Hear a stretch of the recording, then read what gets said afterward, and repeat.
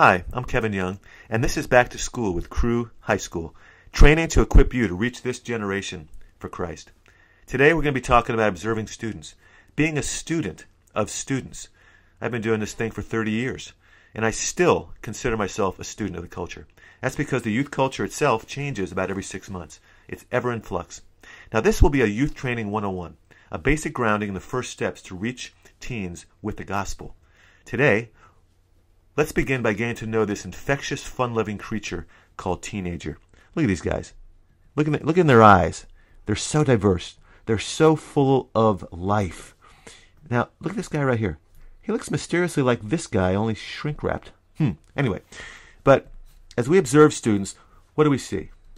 First of all, we see that they are filled with boundless energy. It's bundled up, ready to explode. Loving it. Secondly, they are inquisitive. Can you spell inquisitive? You can't even read that. All right, inquisitive. They're asking more questions than they have answers. And this is the most exciting part about reaching this audience with the gospel. They're open-minded. Third, they're daring. They have courage that sometimes belies us. And when this energy matches this daring, ba-boom, it's explosive. That's why working with young people is a little bit unpredictable, but always exciting. Number 4, they are definitely moody. I mean, yesterday they were up, today they're down, tomorrow they might be in between, you just don't know. That's why I like to say that young people are a complex species. They are 1 part adult, 1 part kid, and 2 parts alien.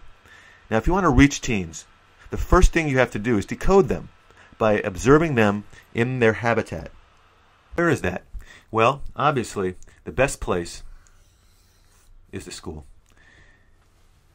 Most of their time during the week is here.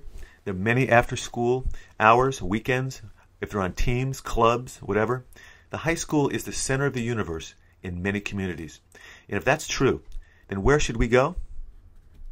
Right there, baby. Right at the high school. And this is the best place actually to reach teens with the gospel. Now, they're in other places as well. They're in malls, fast food joints. They're at events and so forth. Now, they're also in our churches. And this could be a good place to observe them as well. The youth room in any given church is that unique place that's set apart normally. It has weird couches. It's got murals. It's got a crazy-looking youth leader in it. And there's young people hanging out. That's a great place to go and observe, to be a fly on the wall. Now, by decoding teens, you can begin to sort out a lot of this complexity, and you'll be able to better relate with them when that time comes. Now take a moment and imagine yourself in the middle of this herd.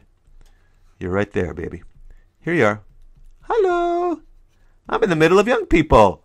Ooh, is it scary, thrilling, overwhelming? It's all that. Now, I've often stepped into a group of teens, and while I have to brush off the initial looks of shock and awe on their part, very soon I'm talking about all kinds of great things. Now, this week, you got an assignment. Take the next few days and observe students in their natural habitat. All right? Take notes. In fact, come up with 10 descriptors that you would say would help you decode them. Now, what I want you to do is I want you to choose a time, choose a place, and just go and observe. All right? How do they socialize? What do they talk about? What forms of communication do they employ? How do they dress? What does this herd spend their time doing? There are secrets embedded in the way teens relate that we can use in our initial touch point with them. Be a student. Go back to school. Take good notes and love them well.